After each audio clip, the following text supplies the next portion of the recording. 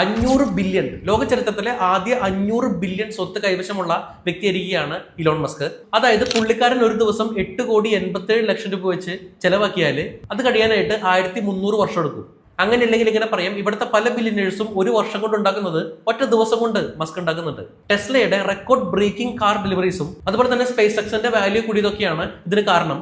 45% space X മസ്കിന്റെ കയ്യിൽ തന്നെയാണുള്ളത്. കഴിഞ്ഞ മാസം സെപ്റ്റംബറിൽ മാത്രം കുറച്ചു നേരത്തേക്ക് എലോൺ മസ്കിനെ മറികടന്ന് ഒറാക്കിളിന്റെ കോഫൗണ്ടർ ആയിട്ടുള്ള ലാരി എലിസൺ വേൾഡിലെ റിച്ചസ്റ്റ് പേഴ്സൺ ആയിട്ട് മാറിയിരുന്നു. ഒറാക്കിളിന്റെ സ്റ്റോക്ക് 100 ബില്യണോളം ഒരൊറ്റ ഡേ കയറിയതായിരുന്നു ഇതിന് കാരണം. പക്ഷെ മണിക്കൂറുകൾക്കുള്ളിൽ മസ്ക് തന്റെ പൊസിഷനിൽ തിരിച്ചെത്തി.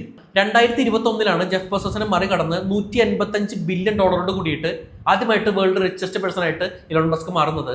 4 വർഷത്തിന് ശേഷം 3 ഇരട്ടിയാണ് ഇപ്പോഴത്തെ സ്വത്ത്. സൗത്ത് ആഫ്രിക്കയുടെയും അല്ലെങ്കിൽ സിംഗപ്പൂരിന്റെ ഒക്കെ GDP-യേക്കാളും റിച്ച്. ടെസ്ല സ്റ്റോക്ക് പെട്ടെന്ന് ഡ്രോപ്പ് ആയാൽ ഒറ്റ ദിവസം കൊണ്ട് തന്നെ ബില്യൺസ് താഴേക്ക് പോവുകയും ചെയ്യും.